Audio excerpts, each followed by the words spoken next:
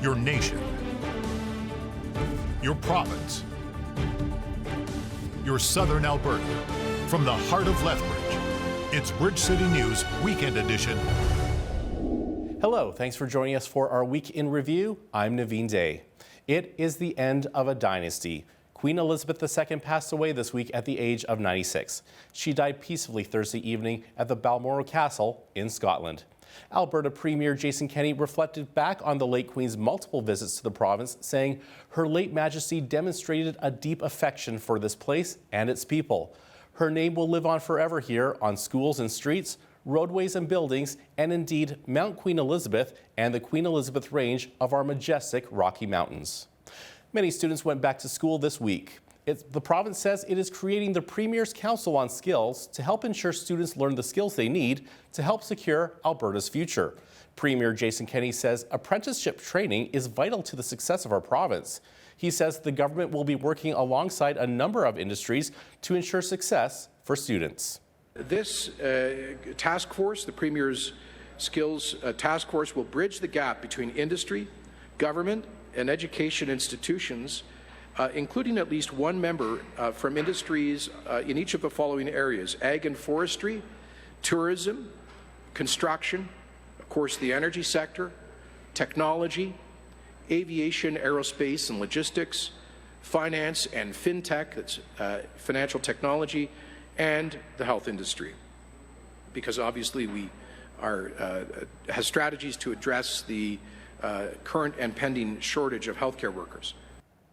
Also this week, the province announced that it is expanding contracts with surgical facilities across southern and central Alberta, which will reduce wait times and deliver around 2,600 more surgeries closer to home. The 1,250 more procedures will be delivered in our region in the South Zone. Officials say moving more orthopedic and other general surgeries into chartered surgical facilities will free up operating room space in hospitals. Premier Jason Kenney says it is important to get more surgeries done. So if anybody tries to argue that contracting out publicly insured surgeries to privately operated clinics is risky or unproven, let's be clear, the data says the opposite is true. We contract out surgeries because doing that means we get more surgeries done more quickly, all of them publicly insured.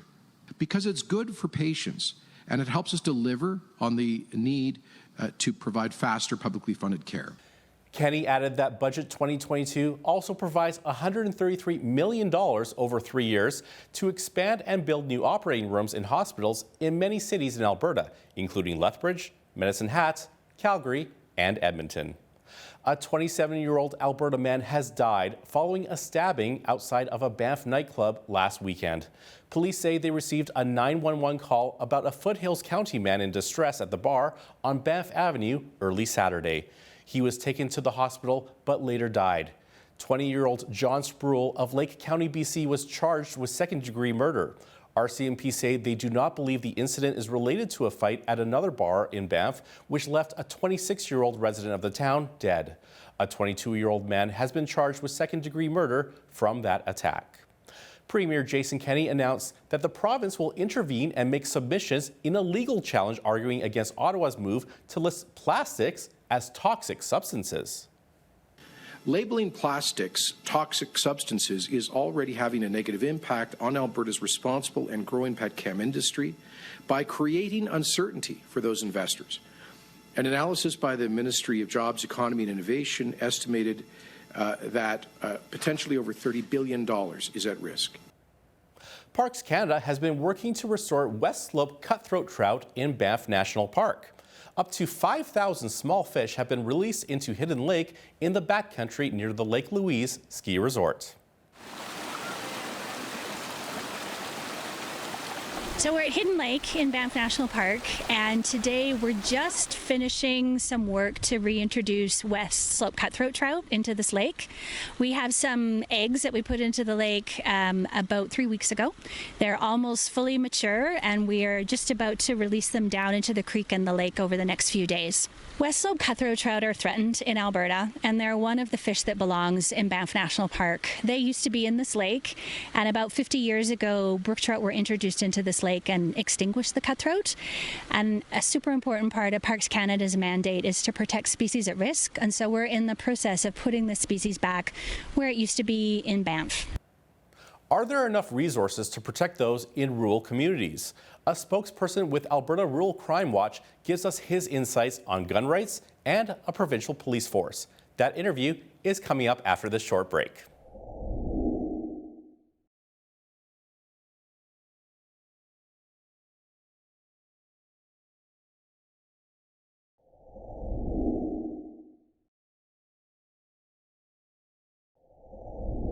Many Canadians are concerned about their safety, especially in rural areas. A number of farmers and ranchers on the prairies are concerned about police arriving on time when a trespasser threatens their families or property. Cor DeWitt from Alberta Rural Crime Watch spoke with Hal Roberts to give us his insights on the issues of rural crime in Alberta. What are some of the biggest needs of residents in rural communities, especially when it comes to public safety? What are you hearing, Cor?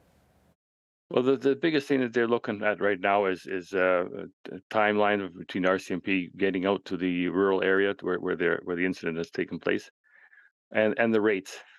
The rate of crime increases in some communities, and it's kind of funny when you look at it this way. You see an increase in break and enters from 5 to 10 a month, and suddenly there's a 50% increase, and it's not really a 50% increase. It's just a little bit of a rush on break and enters. And the next month it'll go down, and they say, okay, it's a decrease. We've done our job. Well, we haven't really done our job. It's just gone down naturally. So the statistics are kind of funny to analyze. Do you feel perhaps that there may be a smaller police presence in rural Alberta and across the prairies?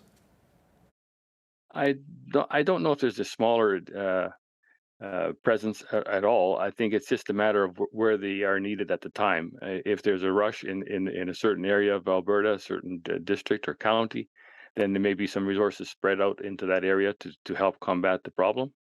And then another area feels that they're being shortened out because maybe the criminal has moved into another area. There's not as many police officers running around, and that'll sort of skews the results of the statistics, right? It's all stats nowadays. That's what they follow in order to find out whether they're doing a good job or bad job, or where resources need to be placed.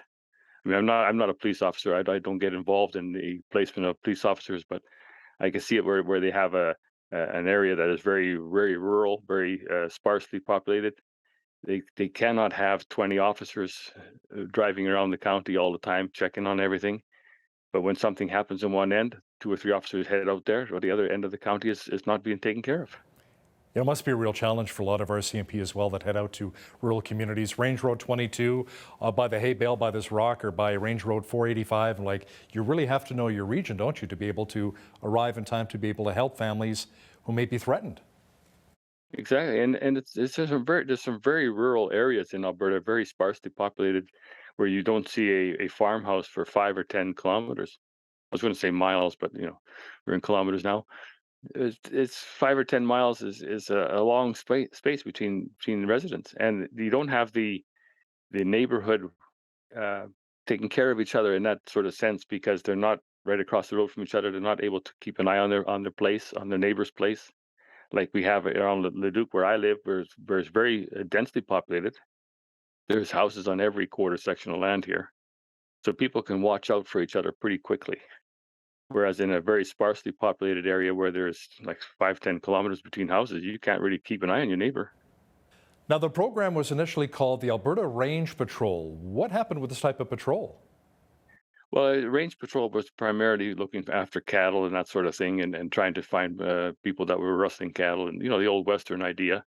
And it wasn't really concerned about break and enters and car thefts and all that sort of thing that we have today. When you're talking to a lot of farmers and ranchers, Cor, who may be gun owners, law-abiding gun owners, and they say, we want to protect our properties, we want to protect our families, and we don't appreciate the government trying to take our guns away. I have not had a conversation about gun control or gun access with farmers in our area at all. They have no concerns at all. They know that you can't be vigilante, and if everyone is carrying a gun, they're going to be in trouble. That's my personal view. We're going to have issues with people pulling guns on innocent neighbors coming by to check because they've hit the ditch, they need a pull or they need some help, and you're going to have problems with that. And I feel strongly we don't need guns. There's been a lot of talk from the UCP about bringing in a provincial police force. What are your thoughts in that regard? Would it be better than the RCMP? Well, we worked with the RCMP for 25 years. We've had very few issues with them. We have a good program, a memorandum of understanding between the RCMP and ourselves, and it's worked very well. But we also deal with, like my group, my personal group that I deal with the Edmonton City Police officers. Calgary City Police officers are dealing with different groups. Lethbridge, all over the place. So we will work with whatever police force we're given. Up next, family farming is still alive and well here in Alberta. We speak with a local dairy farmer to discuss his family's connection to the land and history of farming here in the province.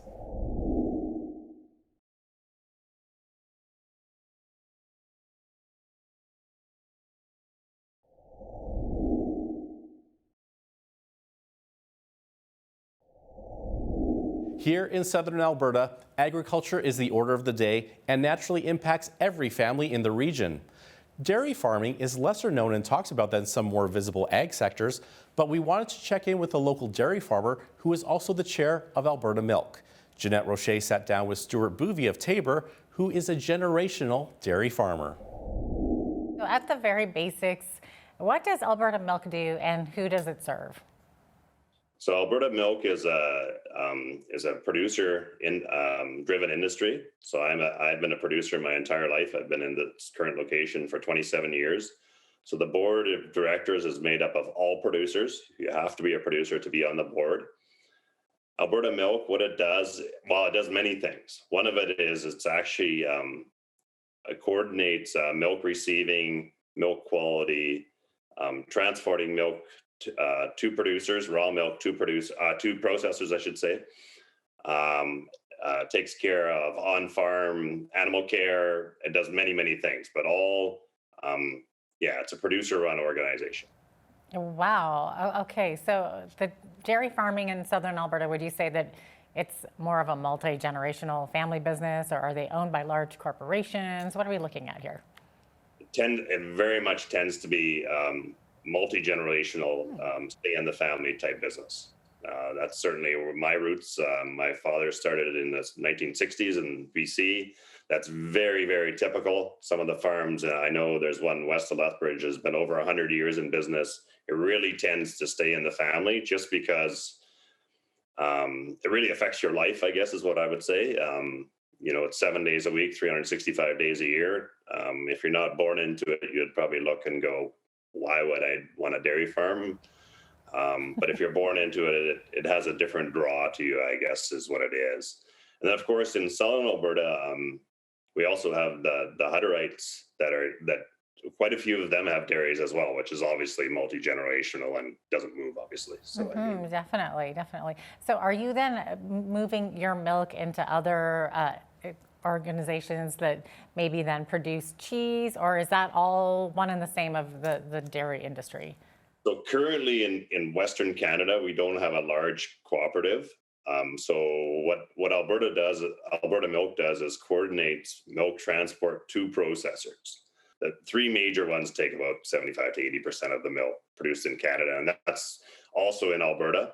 There has been talk of countries like the US and New Zealand wanting to get their products into our markets, but is this a good idea for Canadians? What it is we've mentioned a little bit about the Canadian Dairy Commission. It gets targeted because we have pricing set nationally, and the US targets that because our return comes only from the marketplace. So I only make money from what the consumers pay. Other jurisdictions tend to have all sorts of programs which are not from the price of milk, but they have other programs that get money into the hands of producers, and that's where it gets murky and it gets tricky, and why you get trade deals and trade negotiations that, well, we can produce milk cheaper. Well, where are you making your money? Is based. When you get into the details, then it gets very complicated. Yeah, it sounds like it. I mean, we've heard too that U.S. lobbyists are proposing that Canadians would pay less for their dairy products. But is that just their way to lobby to open up a new market? Absolutely. It's absolutely what it is. Because what happens is, and we've just seen it even in COVID, I mean, I'm sure you're aware in the Fraser Valley, also they were shorted with milk just because the farms were flooded, and and then there was COVID issues on trying to haul milk interprovincially. Well, they tried to get milk out of the U.S. It was 50% higher than the Canadian price. Okay. So it's just fascinating that they want to open the market up, and then once you've eliminated Canadian dairies, your milk price would be actually much higher. What makes the Canadian product more high quality then? We have regulations as far as bacteria levels and stuff like that in the raw milk that are more strict than other jurisdictions. Okay. Even though I would say the majority of the milk is nowhere near limits, like the high limit, it's still allowed. So that's one difference. The other one is they are allowed to use growth hormone in the U.S. that we're not allowed to use in Canada. So that's an animal that's been restricted for probably 20 years already, and at least 20, close to 25, I guess, in Canada. It is illegal to use in Canada. So we're not allowed to use it on our dairy animals. So that's another difference. When we return, we chat with an automotive prototype builder who has started building electric motorbikes here in southern Alberta.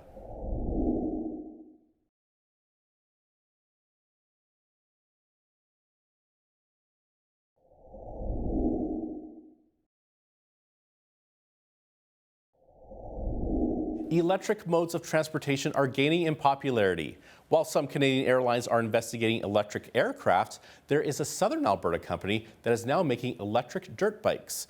Nathan Armstrong of Armstrong Custom Fabrication chatted with Hal Roberts to discuss the advancement in EV technology and building high-quality models here in our province.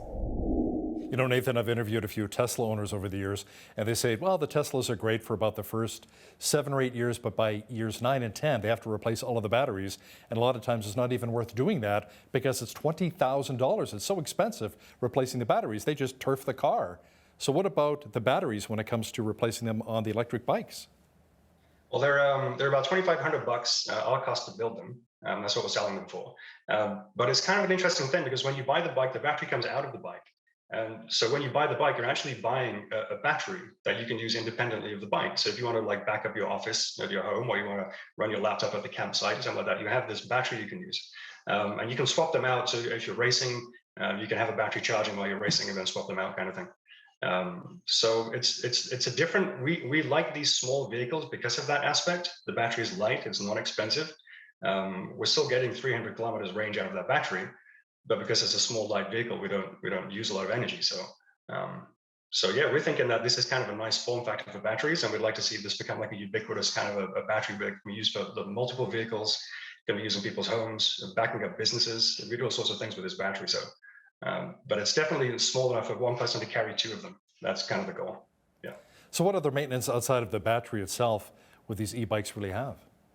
Nothing. Chain and tires. That's it. That's like forever. Like we don't even have a rear brake, so we're using the regenerative braking for the bike. So we're not even wearing out the brake pads. So it should run for 10,000 years, like without any maintenance. Like that's kind of the nice thing about them, right? They should just go forever. Future-proof. Anything that happens in the future is going to be a software upgrade, which we can do over the air, kind of thing. So from a software perspective, they're future-proof. So yeah, we really think this is a vehicle for the future, and it is really fun in the winter too. Yeah, I was going to ask you about that. Is there that potential maybe down the road, put on some good winter tires and then ride these e-bikes in the wintertime, as long as it's maybe around -5 to -10? They go better in the cold. They like the cold. So the colder it is, the faster they go. Now, you mentioned about the range with some of these bikes, and how many kilometers can someone possibly get? We get about 2 hours riding time if you're really pushing it. If you go in gentle, 3 or 4 hours riding time.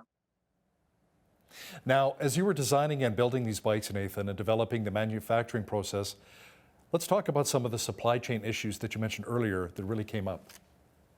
Well, what's nice is that we're only using very high quality components. So the controller we're using is a Canadian company out of Ontario, and they were wonderful at supplying us. Like they put us at the top of their list, and they were making parts for us by hand to build the bikes we have now. The motor we're using is from the US. The throttles are all European. So like, because we're only using high-end components, we didn't have a lot of problems, really. It wasn't too bad. All the metal we're using is Canadian, all the aluminum's Canadian, and we can get all that. So it really hasn't been too bad for us. Yeah. What kind of a warranty comes with the bikes? A 2-year general, and then, like I say, it's a triple lifetime warranty on the frame and motor. So that's kind of we really want to push the idea that you can have this vehicle for your whole life, and even give it to your kids and your grandkids, and they can still use it, right? We really like this aspect of Canada making high quality products, and we're really trying to push that idea as far as we can. So in your opinion, how important is the energy sector, oil and gas, to fabrication shops such as yours? Oh, it's immensely important. I mean, it's the oil and gas sector out here is what supports this whole economy, and we're really just trying to complement this. Like, we don't see it going anywhere. We see it growing. Like, we see in the next few years it's probably going to start picking up again and all this kind of stuff. So, but Alberta's switching to more clean energy. So electric vehicles, the bad rap about where we're burning coal to charge them, so they're not actually clean. That's changing a bit now. So we're getting a bit greener on our energy production side of things too. But yeah, all the steel that we use obviously is, right, all the aluminum that we use, the welding, I mean, it's all powered by oil and gas. So it's a big part of the culture out here. So outside of a welder, what other trades would you be looking for to help you build some of these bikes? Composites is a big part, welding, metal fabrication, CNC machining.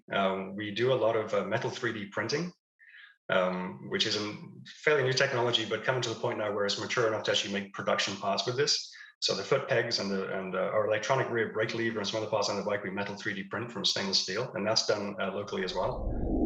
Coming up after the break, we have local stories from around southern Alberta, including more on students returning to our local post-secondary institutions and help for low-income Lethbridge families with the newly introduced RISE program.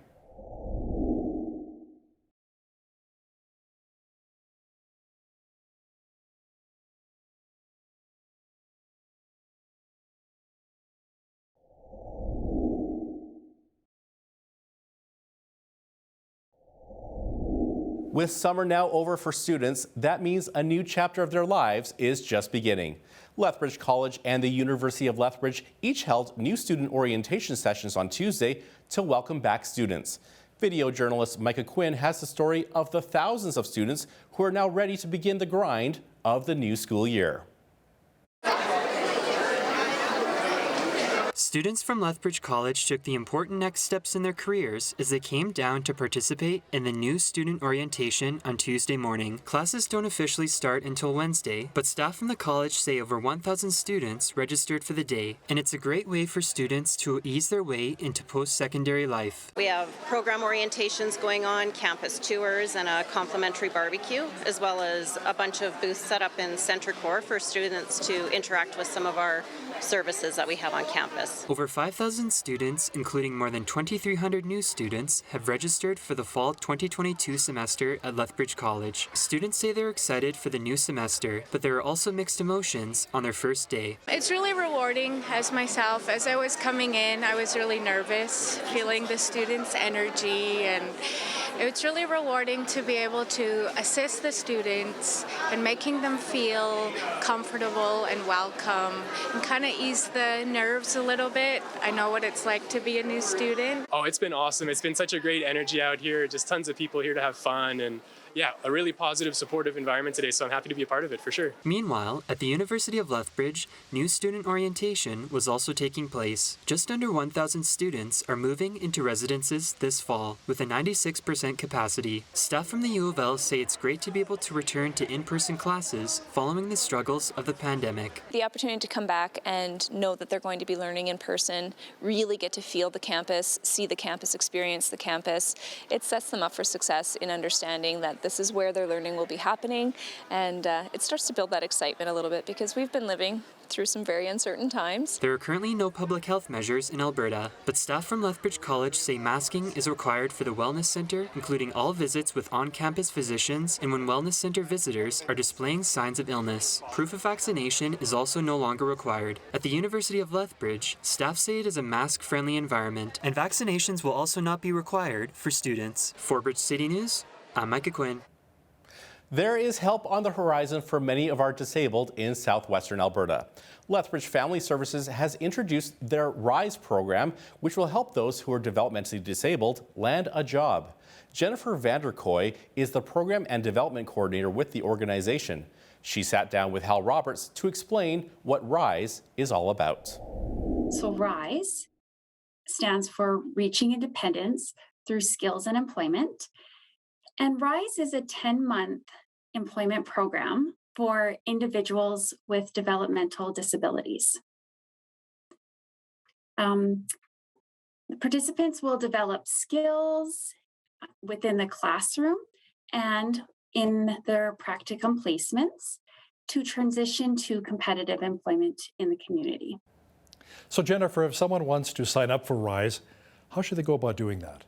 Yeah, if anyone is interested in connecting with us or learning more about the program, they can go to lfsfamily.ca and there's information on our website.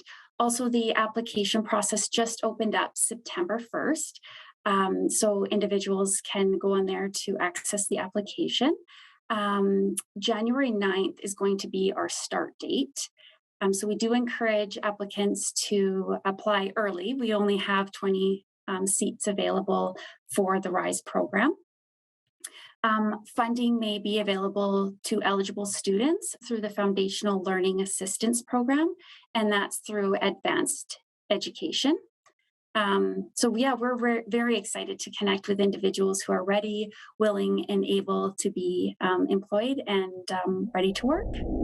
More urban jurisdictions are now allowing backyard chickens on their property. According to an urban hen enthusiast, chickens provide great protein and lend a lot of environmental sustainability to urban environments. It allows people to basically take their organic waste from their kitchen and recycle it into food production because hens eat basically everything.